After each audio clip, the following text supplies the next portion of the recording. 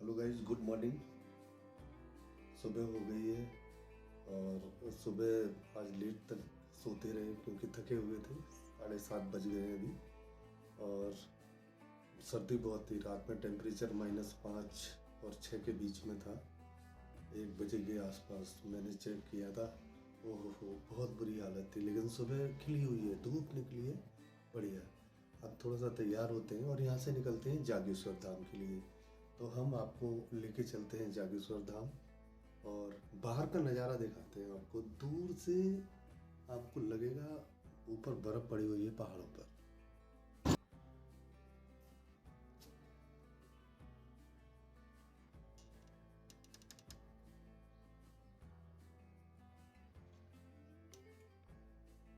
ये बर्फ़ है ऊपर पहाड़ों पे।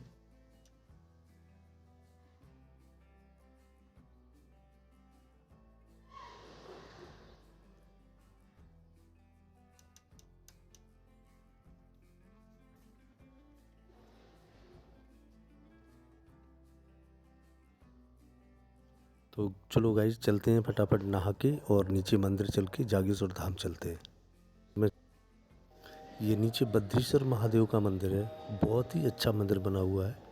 ये बिल्कुल हमारे होटल में ही बना हुआ है ये मंदिर। बहुत सुरम्य है, बहुत अच्छा। तो चलो गाइस, निकलते हैं यहाँ से तैयार होकर। अब जागेश्वर धाम नीचे मंदिर चलते हैं पहले, फिर जागेश्वर धाम। रास्ते में यहाँ पर मैं चाय के लिए रुका था और ये 2 डॉग हैं, बहुत मस्ती कर रहे हैं। बच्चे भी इसके साथ में मस्ती कर रहे हैं। वो भाग के जा रहे हैं। यहाँ से 35 किलोमीटर दूर है जागेश्वर। नाश्ते में यहाँ पर मैगी वगैरह नहीं है, तो मैंने ब्रेड मंगाई है, ब्रेड और चाय। और ये पी के अब फटाफट चलते हैं जागेश्वर के लिए। बीच में हमें पड़ेंगे गोलू देवता, एक डाना गोलू देवता और दूसरे चितई के गोलू देवता। तो चलते हैं।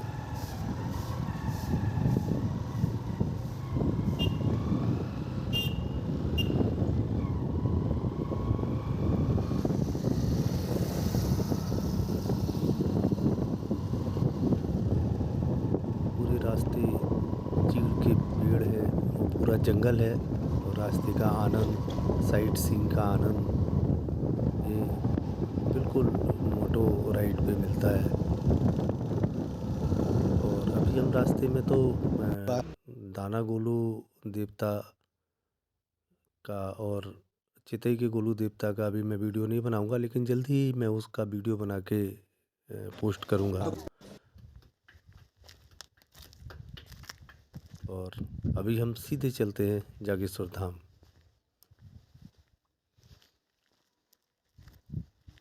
ये एक बहुत अच्छी जगह, ऊपर से पूरा व्यू आता है नीचे पहाड़ी का। अब यहाँ से आगे जो रोड पिथौरागढ़ और धारचूला जा रही है, वहाँ से 2 रास्ते चले जाते हैं। एक सीधा पिथौरागढ़ चला जाता है और एक लेफ़्ट हैंड पे जाता है, वो जागेश्वर धाम जाता है, जो कि वहाँ से 3 और 4 किलोमीटर दूर है। और ये जागेश्वर धाम का रूट बहुत ही घने जंगल के बीच में ये जागेश्वर धाम है।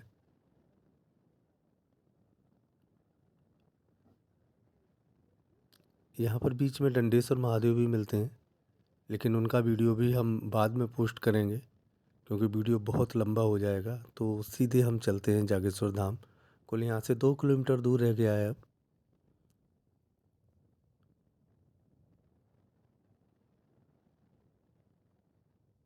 ये दंडेश्वर महादेव का मंदिर समूह, इसकी भी पौराणिक कहानी है जो कि हम आपको बताएंगे।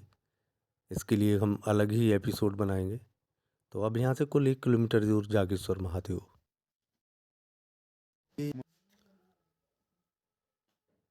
रास्ता बहुत ही घने जंगल से, चारों तरफ देवदार के वृक्ष और ये जागेश्वर महादेव। बंदरों की बहुतायत यहाँ पर। ये जागेश्वर महादेव के बारे में ये लिखा हुआ है, जो पुरातत्व विभाग ने, उसके बोर्ड लगे हुए हैं। यहाँ पर कुल 125 मंदिर हैं और जिसमें कि 114 मंदिर भोलेनाथ शंकर जी को समर्पित है ये भारत ही नहीं पूरे विश्व में प्रसिद्ध है ये जागेश्वर धाम, क्योंकि ये कत्यूरी राजाओं ने बनाया था और उनका एक ये था कि उनकी इतनी बड़ी अपनी टीम थी कि ये मंदिर केवल रात में ही बनाते थे और सुबह की पहली किरण निकलती थी तो जहाँ मंदिर होता था वो वहीं पर छोड़ देते थे। ये कत्यूरी राजाओं का क्या लिंक था इन सब चीज़ों से, ये तो भविष्य के गर्त में है। लेकिन 7वीं 8वीं शताब्दी के ये मंदिर हैं। यहाँ पर 12 ज्योतिर्लिंग में 8वां ज्योतिर्लिंग दारुका करके जो लिंग है वो यहाँ पर है। लेकिन इसमें काफ़ी कुछ भ्रांतियाँ हैं, लोग इन्हें 12 ज्योतिर्लिंग में नहीं मानते हैं। लेकिन ये इनमें जितने भी 12 ज्योतिर्लिंग हैं, उनका फल भी यहीं मिलता है और शिवलिंग की जो पूजा शुरू हुई थी, वो इसी मंदिर से शुरू हुई थी। यहाँ पर हनुमान जी का मंदिर है, माता का मंदिर है यहाँ पर और बटुकनाथ का मंदिर है जो भैरव बाबा के नाम से जाने जाते हैं। यहाँ देश के ही नहीं विदेशी लोग भी यहाँ पर आकर पूजा करते हैं और यहाँ देखना चाहते हैं कि ऐसा क्या है। इसमें ना ही चूना पत्थर मिला हुआ है, ना कुछ मिला हुआ है। ये केवल पत्थरों को काट कर और पत्थरों के ऊपर रख कर ये मंदिर बनाए गए हैं। उस समय ऐसी टेक्नोलॉजी नहीं हुआ करती थी जैसी आज है। तो ये कैसे मंदिर बनते थे और एक ही रात में इतने मंदिर और इतने मोटे पत्थरों को लेके आना और उनको काट के लगाना, ये बहुत ही बड़ा कार्य था और कैसे होता था, ये तो सब भविष्य के गर्त में है। यहाँ सबसे मुख्य है ये महामृत्युंजय मंदिर।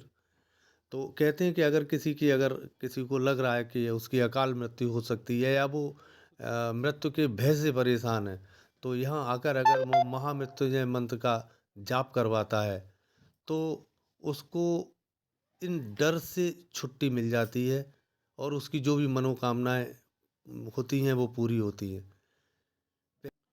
ये मंदिर इतना सिद्ध था कि यहाँ जो भी मनोकामनाएं मांगी जाती थी तो वो पूरी होती थी।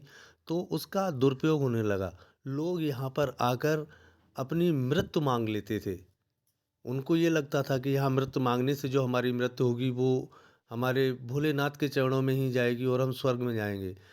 तो ये गलत जब इसका उपयोग होने लगा, तो जब आदि गुरु शंकराचार्य यहाँ पर आए तो उन्होंने इसको किलित किया और किलित करने के बाद में अब कोई अगर अच्छी मान्यता मांगता है तो उसकी पूरी होती है और जो गलत भाव से मान्यता मांगता है उसकी कभी मनोकामना पूरी नहीं होती है। ये ज्योतिर्लिंग जागेश्वर मंदिर बहुत ही अच्छा मन भावन मंदिर है। यहाँ पर ये हनुमान जी का भी मंदिर है और कहते हैं यहाँ पर एक बार जब ये मंदिर नहीं था तो यहाँ पर शिव जी तपस्या कर रहे थे और शिव जी जब तपस्या कर रहे थे तो सप्तऋषि की पत्नियां शिव जी को तपस्या देखकर इतनी मोहित हो गईं कि वो वहीं पर जाकर बैठ गईं और भोलेनाथ तपस्या करते रहे। जब सप्तऋषि उनको ढूंढते हुए आए तो उन्होंने देखा कि ये कोई बैठा हुआ है और ये इनके सम्मोहन में हमारी पत्नियां बन गई हैं। तो उन्होंने शंकर जी को श्राप दे दिया। भोलेनाथ को अकारण श्राप देना भोलेनाथ को बहुत खला और उनकी जब निद्रा टूटी तो उन्होंने सप्तऋषि को श्राप दे दिया कि तुम जाकर ऊपर लटक जाओ। तो आज वो सप्तऋषि ऊपर आसमान में चमकते हैं, लटके हुए चमकते हैं और जो उनका दंड भी खाली ना जाए सप्तऋषि का, तो उन्होंने यहीं से 1 किलोमीटर दूर अपना एक स्वरूप वहाँ पर एक शिला में दिया जिसे दंडेश्वर महादेव कहा गया, क्योंकि वो दंडेश्वर महादेव हैं जिन्होंने सप्तऋषि को दंड दिया था।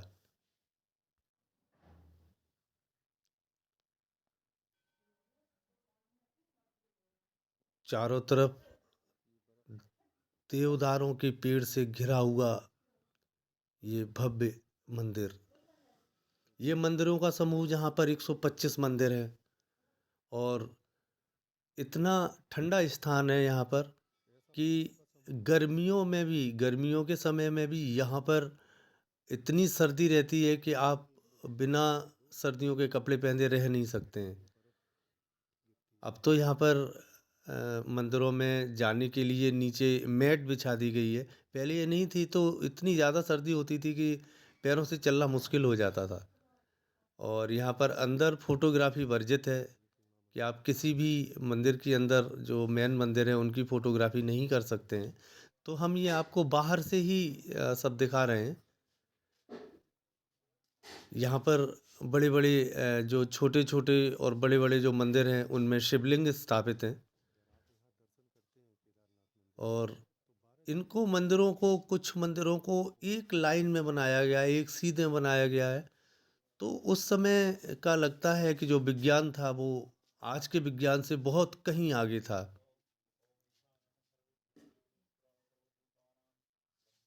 यहीं पर केदारेश्वर का मंदिर है, केदारनाथ का मंदिर है। कहते हैं कि आप पंच केदार के दर्शन यहीं पे कर सकते हैं, आपको वहाँ जाने की ज़रूरत नहीं है। यहीं पे आपको पंच केदार के दर्शन होंगे। और ये जो पेड़ है, ये देवदार का पेड़ है और इसमें कहा जाता है कि शंकर जी और पार्वती जी, ये दोनों स्वरूप इसी में ही हैं, इसी में ही विद्यमान है, समाहित है इसमें। अगर हम इसका तना कहें तो लगभग 10 मीटर से कम का नहीं है इसका तना। और ये हज़ारों साल से यहाँ पर खड़े हुए हैं पेड़। ये बहुत ही पुण्य और पावन पेड़ देवदार का। लोग यहाँ पर पूजा करके अपनी मन्नत, अपनी मनोकामना मांगते हैं और कोई खाली हाथ नहीं जाता, उनकी मनोकामना पूर्ण होती ही होती है। और वो बात अलग होती है कि बिन मांगे सब मिले, मांगे मिले न भीख। तो आप कुछ मत मांगिए, आप मन में अपनी श्रद्धा रखिए, आप हमेशा सुखी रहें, स्वस्थ रहें, यही आपके लिए। कहते हैं कि आप 12 ज्योतिर्लिंग अगर नहीं जा सकते हैं, तो आप एक बार जागेश्वर धाम होके आइए। आपको 12 ज्योतिर्लिंग का जो पुण्य है, वो इसी एक मंदिर में मिल जाएगा।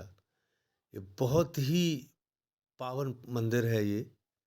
और पूरा एक समूह है मंदिरों का। और यहाँ से कुल 1 किलोमीटर दूर ही दंडेश्वर महादेव हैं, वहाँ पर भी मंदिरों का समूह है।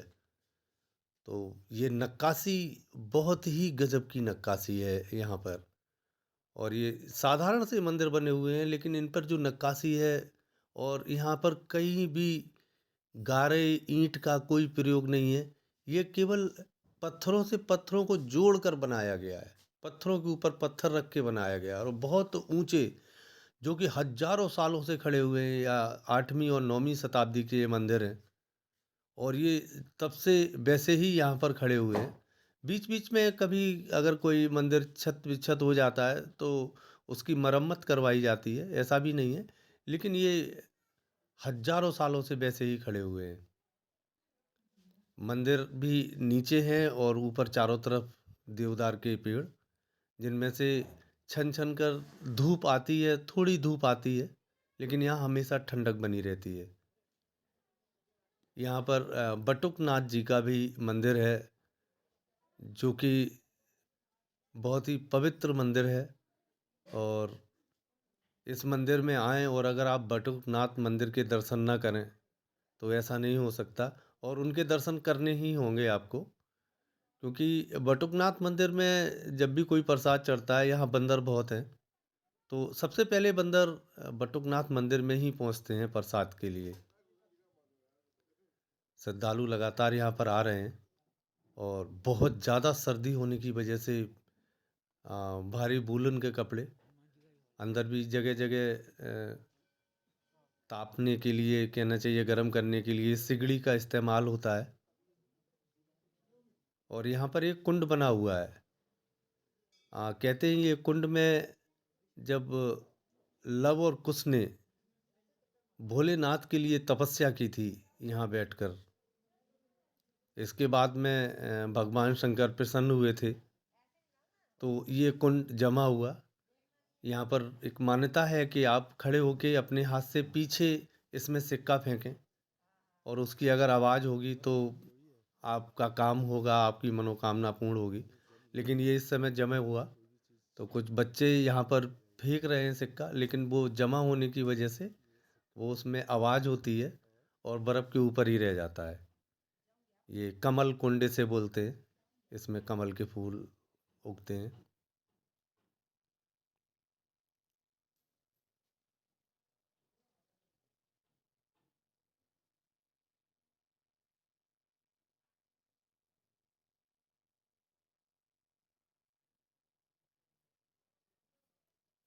हर मंदिर के ऊपर सूर्य का चक्र रखा हुआ है, जो पत्थरों से बना हुआ सूर्य का चक्र। इसकी भी कुछ मान्यता है, जो मंदिर के ऊपर जो सूर्य के चक्र रखे गए हैं, इनकी भी कुछ मान्यता है। लेकिन यहाँ पर बहुत ज़्यादा नहीं बता पाते हैं, पाला पड़ा हुआ। ये कहना चाहिए कि बर्फ़ पड़ी हुई है इधर। बहुत ठंडा हो रहा है ये चारों तरफ। आज धूप खिली हुई है तो मौसम अच्छा है। और काफ़ी पर्यटक श्रद्धालु मंदिर में आ रहे हैं दर्शन के लिए लगातार, इतनी ठंड के बावजूद भी। ये पुष्टि माता मंदिर। ये मैंने इनसे जब ये पूछा,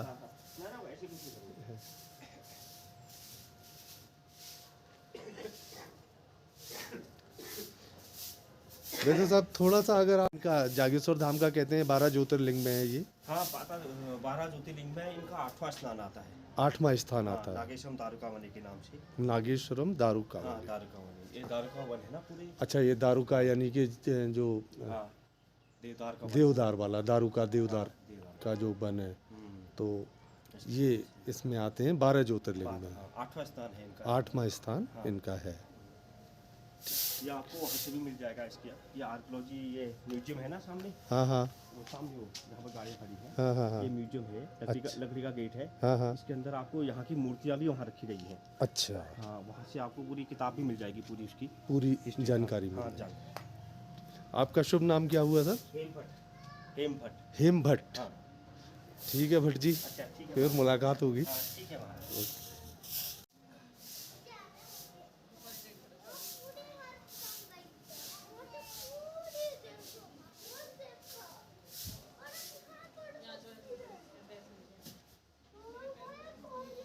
ये रात में बर्फ गिरी है।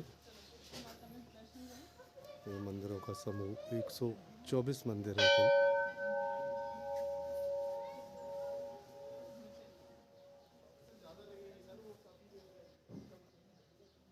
अब तो थोड़ा सा टाइम हो गया इस वजह से है, नहीं तो सुबह काफ़ी बर्फ थी यहाँ पर। ये भोलेनाथ,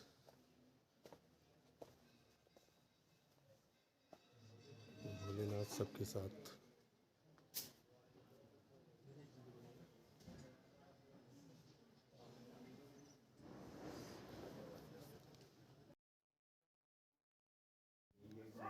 जागेश्वर धाम में 125 मंदिर हैं, जिनमें कुल 4-5 मंदिरों की ही रोज़ पूजा अर्चना होती है, जिसमें मृत्युंजय महादेव, केदारनाथ, बद्रीनाथ, हनुमान जी और देवी जी के इन मंदिरों की रोज़ पूजा अर्चना होती है।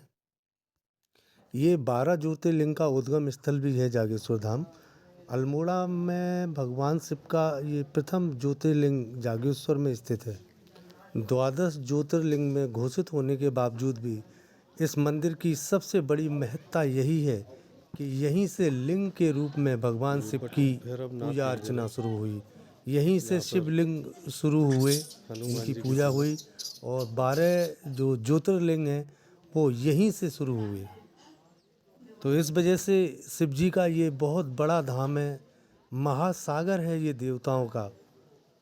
इसीलिए जागेश्वर धाम को देवताओं का महासागर कहा जाता है, क्योंकि यहाँ भोलेनाथ ने बहुत समय तक तपस्या की थी, और यहीं से सप्तऋषि को भी उन्होंने श्राप दिया था।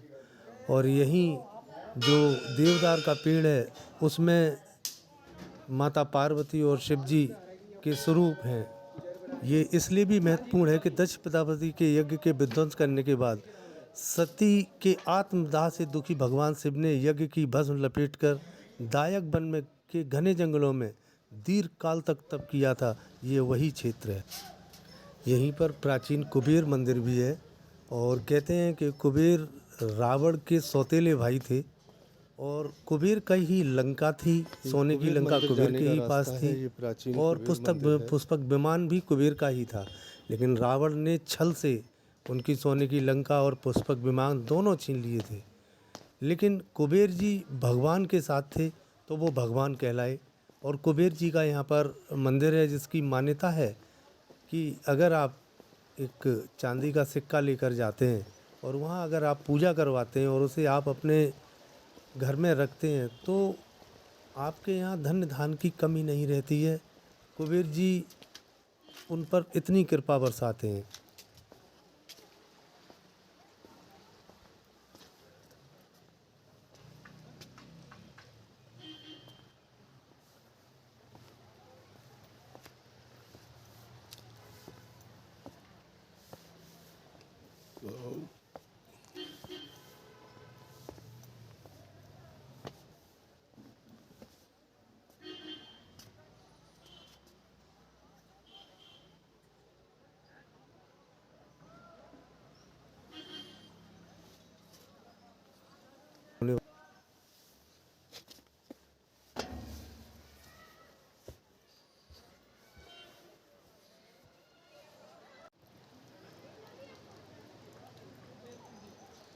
ये प्राचीन कुबेर मंदिर।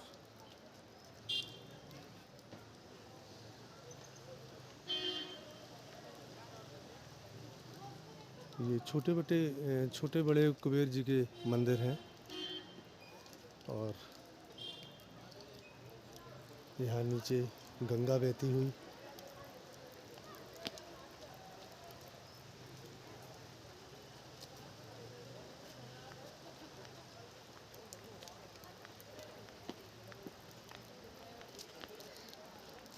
भाई वाह।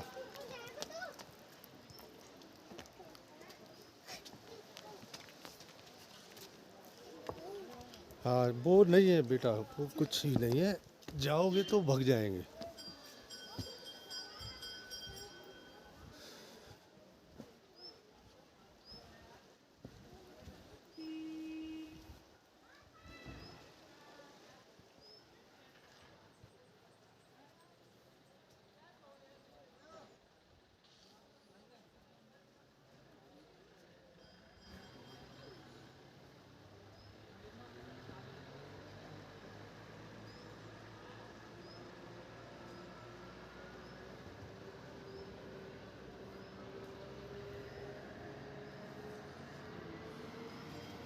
तो दोस्तों ये था जागेश्वर धाम। ये बहुत ही पवित्र स्थान है यहाँ पर और बहुत ही पवित्र है। ये चारों तरफ नैसर्गिक सौंदर्यता है यहाँ पर और वीडियो भी काफ़ी बड़ा हो गया है तो हम आज इसको यहीं पर ही ख़त्म करेंगे और कल हम यहाँ से चलेंगे कटार मल होते हुए रानी की। हो मेरे कुबेर भगवान, तुम्हारी सदा ही ये हो आशीर्वाद। क्योंकि काफ़ी बड़ा वीडियो हो रहा है। तो ये कुबेर मंदिर जंगल और कुबेर मंदिर के आसपास बेटा उस पे नहीं चढ़ो, नहीं नीचे नीचे नीचे श्रद्धालु आ रहे हैं दर्शन के लिए, छोटे छोटे बच्चे। ये काफ़ी बंदर हैं यहाँ पर, तो बंदरों से बच्चे डर रहे हैं लेकिन इन्हें आदत पड़ चुकी है। अब ये यात्रियों को तो परेशान नहीं करते हैं। तो चलिए अब वापस चलते हैं और मार्केट की तरफ चलते हैं। थोड़ा सा मार्केट आपको दिखाते हैं। यहाँ बाहर कई दुकानें हैं जहाँ से आप पूजा की सामग्री, आप गर्म कपड़े, यहाँ रहने के लिए कई लॉज और होटल्स हैं जो कि 500 रुपये तक आपको मिल जाते हैं। आराम से आप 500 रुपये तक वो रूम ले सकते हैं। ये गंगा की धारा बहती हुई। तो चलो अब चलते हैं वापस अल्मोड़ा, क्योंकि शाम का समय हो गया है और आज अल्मोड़ा में ही स्टे करें। A few moments later. और अब हम अल्मोड़ा पहुंच गए हैं। शाम का समय हो गया है और अब हम यहाँ से सीधे होटल ही चलेंगे। पूरा दिन हो गया, काफ़ी थक गए हैं। तो दोस्तों कल सुबह मुलाकात होती है। हमारे चैनल को आप लाइक, सब्सक्राइब और शेयर ज़रूर करें। अभी कुछ कमियां हो सकती हैं, लेकिन फिर भी आपका प्यार मुझे मिल रहा है। हम जल्दी ही आगे और चीज़ों को भी बिल्कुल सही और एडजस्ट करेंगे। जय बद्री विशाल।